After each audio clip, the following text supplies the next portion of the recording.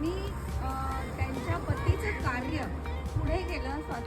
स्वातंत्र्यासाठी जे ते गीतं लिहायचे किंवा काव्य लिहायचे, तर त्या अशा सभा घेऊन हळदी कुंकवाच्या सभा घ्यायच्या आणि त्या काळात म्हणजे जातपात भाषा ह्या सगळ्याच्या विरुद्ध जाऊन त्या स्त्रीनी एवढं खंबीर कार्य केलेलं आहे. ती तुमच्या आमच्यासारखीच एक स्त्री होती आणि त्याच्यामुळे आपल्यासमोर हे कायम लक्षात ठेवलं पाहिजे आपण की आपण काहीतरी अरे आम्ही तर कधी आम्ही स्त्रिया आहोत, आम्ही हे करू शकत नाही, तर आम्ही स्त्रिया आहोत म्हणूनच आम्ही हे करू शकतो. आणि ह्या अशा स्त्रियांची उदाहरणं आपल्या मुलींना देऊन त्यांना मोठं करा. Thank you so much. दंगातला विषय मुरुड शेंग सांगतात त्याला. मुरुड शेंग. हां, मुरुड शेंग. हां, त्याचं हे असं असं जेलसारखं होतं. एक चम्मच द्यायचं असतं 2 टाइम. अच्छा, एक चमचा म्हणजे हां, एक चम्मच. हां, चम्मच.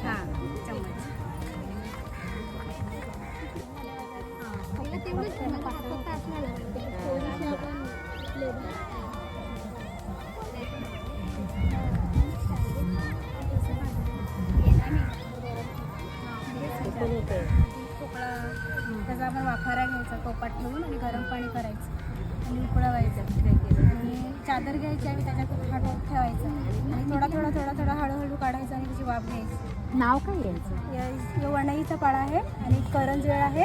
अच्छा, हे पूर्ण तुम्ही म्हणता? हा पूर्ण सगळं. अच्छा, झूम 3 काय काय आहे? ही वणईचा आहे हां, आणि ही करंजवेळ आहे हां. आणि हा फांगुटाचा पाळा आहे. अच्छा, ताप आल्यावर ताप सर्दी. अच्छा अच्छा, वाफ घ्यायची, वाफ असं. एकदम घामाला तेव्हा काढायची. अच्छा आणि तो पाणी फेकायचं ना, त्याच्याने चांगलं घालायची. अच्छा. हे काय आहे?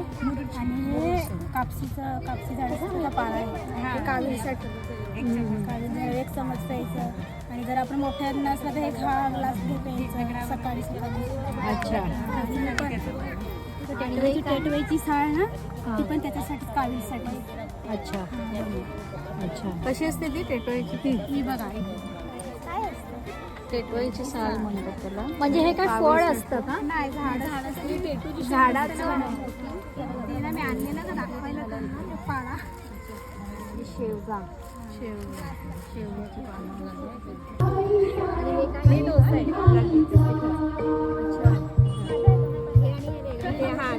हे आहे थालीपीठ आहे आणि ही भाकरी आहे. अच्छा. हे गाजराची भाकरी आहे का? फ्लेवर है इसमें. क्या डाला है इसमें फ्लेवर आ रहा है उसका. थोड़ा अदरक डाला.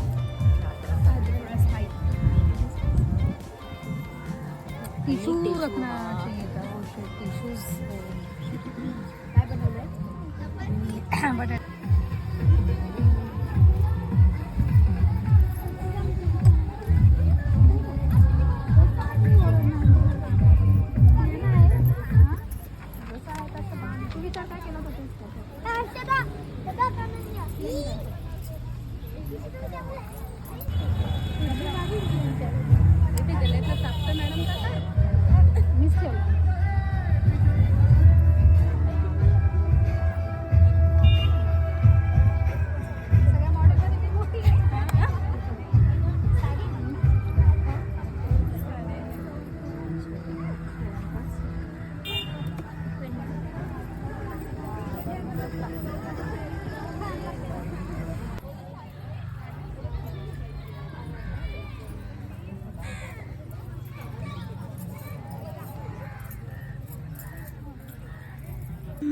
लड़ने चली हूँ आजादी की जंग.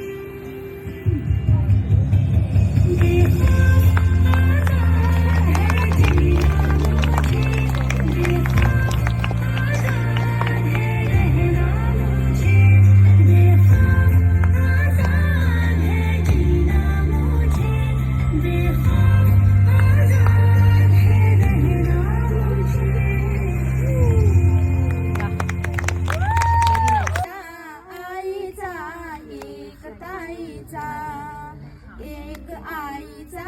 आईचा एक ताईचा बाहुली होती खेळ खेळाया.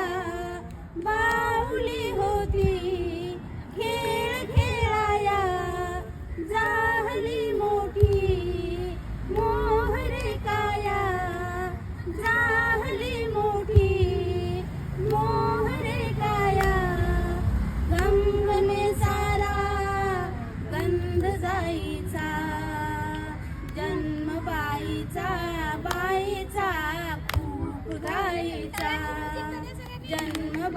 बाईचा बाईचा घाईचा. ज्याला डोमेस्टिक व्हायलन्स ऐकलं असेल तुम्ही सगळ्यांनी. 2005 साली हा कायदा तयार झाला. या कायद्याबद्दल एक थोडा गैरसमज असा आहे की हा कायदा फक्त विवाहित मुलींना किंवा बायकांना लागला, तर तसं नाही. हा कायदा ज्यांचं लग्न नाही झालं त्यांना पण लागू. तर तो कसा, तर समजा एखादी मुलगी विवाह करू इच्छित नसेल पण घरचे तिला फोर्स करत असते किंवा आवाजाने हुंडा देऊन तिला ढकलत असते लग्नासाठी, घरचे काही त्या दृष्टीने त्रास देत असतील, तर ती आई वडिलांविरुद्ध पण हा कायदा वापरला जाऊ शकतो. तर हे थोडक्यात त्याचं ओळख. आणि मुख्यतः हा कायदा आहे विवाहित बायकांसाठी. मग विवाहित बायका हा कायदा कोणाच्यासाठी हा अंमलात आणू शकतात, तर नवरा, सासू सासरे, सासरची सगळी मंडळी, ते ज्यांच्याबरोबर त्या राहतात, घरात जे जे कोणी सदस्य आहेत, कोणी जर त्रास देत असेल तर त्याच्याविरुद्ध हा कायदा आहे. म्हणजे त्रास कुठला असतो, एखादा व्यक्ती रोज उठून घरातली व्यक्ती तुम्हाला टोमणे मारते, तुमच्या चारित्र्यावर संशय घेते किंवा अजून तुम्हाला काही मानसिक त्रास देते, तर ते सगळं ह्या घरगुती हिंसक. शालेय शिक्षण आणि महाविद्यालय कॉलेज शिक्षण सुद्धा ठाण्यामध्ये झालं. एका मध्यमवर्गीय सुजाण घरामध्ये जन्म झाल्यामुळे त्याचे वेगळे फायदे होते प्रवासामध्ये कॅन्सर बरोबर. तर कविवर्य मंगेश पाडगावकरांची कविता आहे ही. त्यांनी